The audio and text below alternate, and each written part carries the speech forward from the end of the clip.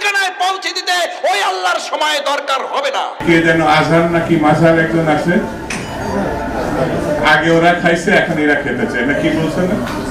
নামকে বিকৃত করা থেকে বিরত থাকুন। বিএনপি নাকি চাঁদাবাজি করে, বিএনপি নাকি দখলবাজি করে, বিএনপি নাকি চেতেন কেন? আমি এই জন্য চেতব, চোরের মনে পুলিশ পুলিশ। ইসলামপন্থী আলেমগণ যখন চাঁদাবাজের বিরুদ্ধে কথা বলে, একদল খাইছে আর একদল রেডি হয়ে গেছে, তখন ওই কপাল পরা জামাওয়ালার মতো লোকেরা চটকানো দিতে চান। মনে রাখবেন, খলিফার কাজ ভেঙে ছুড়ে তছনছ করে নতুন একটা বাংলাদেশ বিনির্মাণ আমরা করবই। আলেমদের বিরুদ্ধে লেগে একদল হেলিকপ্টারে উঠেছে, আলেমদের বিরুদ্ধে লাগলে আর একদল হেলিকপ্টারে উঠতে পারবেন না। আল্লাহ তাআলা আলেমদেরও দেখেন, জালিমদেরও দেখেন। আল্লাহ তাআলা আলিমদের সাহায্য করেন আর জালিমদেরকে শায়েস্তা করেন। সুতরাং আলেমদের বিরুদ্ধে অবস্থান নিয়ে কেউ জালিমের কাতারে যাওয়ার চেষ্টা করবেন না, পরিণতি কারো ভালো হবে না। সে যদি শফিকুল ইসলাম মাসুদ হয়, শফিকুল ইসলাম মাসুদের পরিণতি তার চেয়ে ভয়াবহ হবে। কারণ আলিমেরা কথা বলে জনগণের কল্যাণের জন্য, ইসলামের জন্য। আলিমদের সম্মান করতে শিখুন, নামকে বিকৃত করা থেকে বিরত থাকুন। ফ্যাসিস্টদের এক টাকলা মুরাদ মনে করিয়ে দিচ্ছি, শুধু এই মাওলানা ডক্টর আজহারি হাফিজাহুল্লাহ বলেছিল, ওই যে কি একটা বলে, ঠিক না বা ঠিক, এই কথা বলার দুই একদিনের মাথায় ওর মন্ত্রিত্ব চলে গিয়ে অপমান লাঞ্ছনার কাজ করে আল্লাহকে দাঁড় করিয়েছিলেন। আজ যারা আজহারিকে আজহারি কিংবা ফাজারি বলেন, আপনাদেরকে লাঞ্ছনা এবং অপমানের শেষ ঠিকানায় পৌঁছে দিতে ওই আল্লাহর সময় দরকার হবে না। কি বলেন? আমরা জানি না আপনারা এগুলো বুঝে না নাকি না বুঝে, নাকি শয়তানের পাল্লায় পড়ে বলেন। মাওলানা ডক্টর আজহারি এই বাংলাদেশে কোন দলের সম্পদ নয়, শুধু মুসলিম উম্মার সম্পদ নয়, উনি গোটা পৃথিবীর মানব জাতির সম্পদ।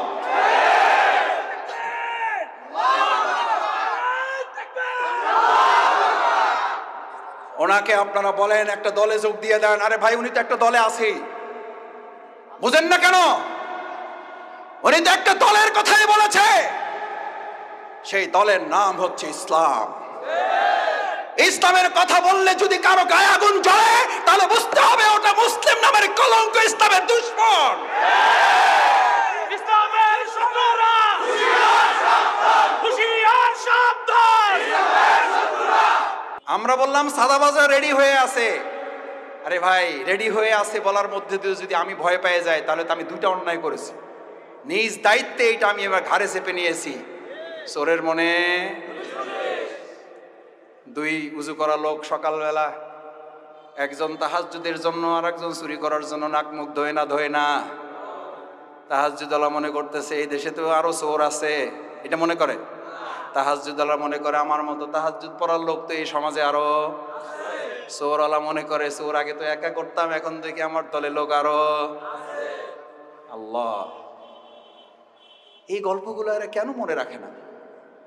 এগুলো তো গল্প না, এই গল্প মনে রাখলে তো চেতার কথা না। চেতেন কেন? চেতেন কেন? আমি এই জন্য চেতব, চোরের মনে পুলিশ পুলিশ। সে যেই হোক, শফিকুল ইসলাম মাসুদ যদি মনে করে আমার মধ্যে চোরামির অভ্যাস আছে, তাহলে পুলিশ দেখলে তো ভয় একটু। হাত কাটার ওয়াজ যদি করার পর ভালো মানুষেরা ভয় পাবে না চোরেরা ভয় পাবে? তাহলে হাত কাটার ওয়াজকে ভয় পান কেন? সুদের বিরুদ্ধে ওয়াজ করলে মসজিদের সভাপতি খেইবা যান কেন? আবুল হেকাম কিসের বাপ? বুদ্ধির বাপ ছিল, শুধু কি ছিল না? ইসলাম না থাকার কারণে আবুল হেকাম যদি আবু জেহেল হয়ে যায়, আজকে যারা রাজনীতি করেন আর তারা যদি বলেন ইসলামের মধ্যে টাইনেন না, ওই বেটা কি আবুল হেকাম না আবু জেহেল? ওই বেটার নাম কি? ওই বেটার নাম কি? ও আব্দুর রহিম হইল ওর নাম, ওই বেটার নাম আব্দুর রহিম হইলো, ওই বেটার নাম কি? ওই বেটার নাম দুদু মিয়া হইলো, ওই বেটার নাম কি? কথায় রাগ করেন না, বুঝে শুনে কথা বললেন। আবু জেহেলের লাইন ধরেন না কেউ, আমাদেরকে ভয় দেখাবেন না, কারণ আমরা ভয় করি কাকে? কাকে?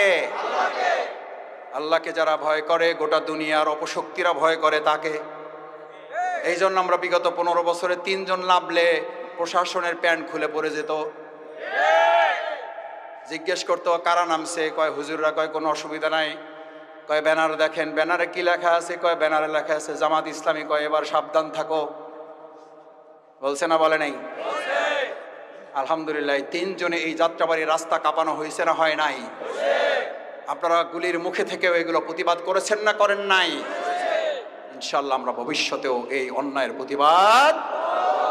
আসুন, ইল্লাল্লাযীনা আমানু, ইমানদাররাই শুধু এই ক্ষতি থেকে বাঁচতে চায়। আমরা ক্ষতি থেকে বাঁচতে চাই, তাহলে ঈমান লাগবে, আল্লাহর আইন লাগবে, আল্লাহর বিধান লাগবে।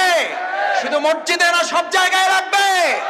ইসলামী সমাজ কল্যাণ যদি আল্লাহর এই বিধান দিয়ে সমাজ এবং রাষ্ট্র পরিচালনা করতে চায়, আগামী দিনে আল্লাহ রাসূল সাল্লাল্লাহু আলাইহি সাল্লাম বুলেটের যুদ্ধ করেছেন, আমরা আগামী দিনে ব্যালটের যুদ্ধের মাধ্যমে রাসূল সাল্লাল্লাহু আলাইহি সাল্লামের সেই বুলেটের যুদ্ধে অংশগ্রহণ করার আহ্বান জানাবো আমরা সবাইকে।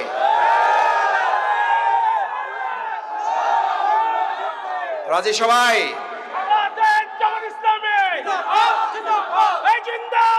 সম্মানিত ভাই এবং বন্ধুগণ, আসুন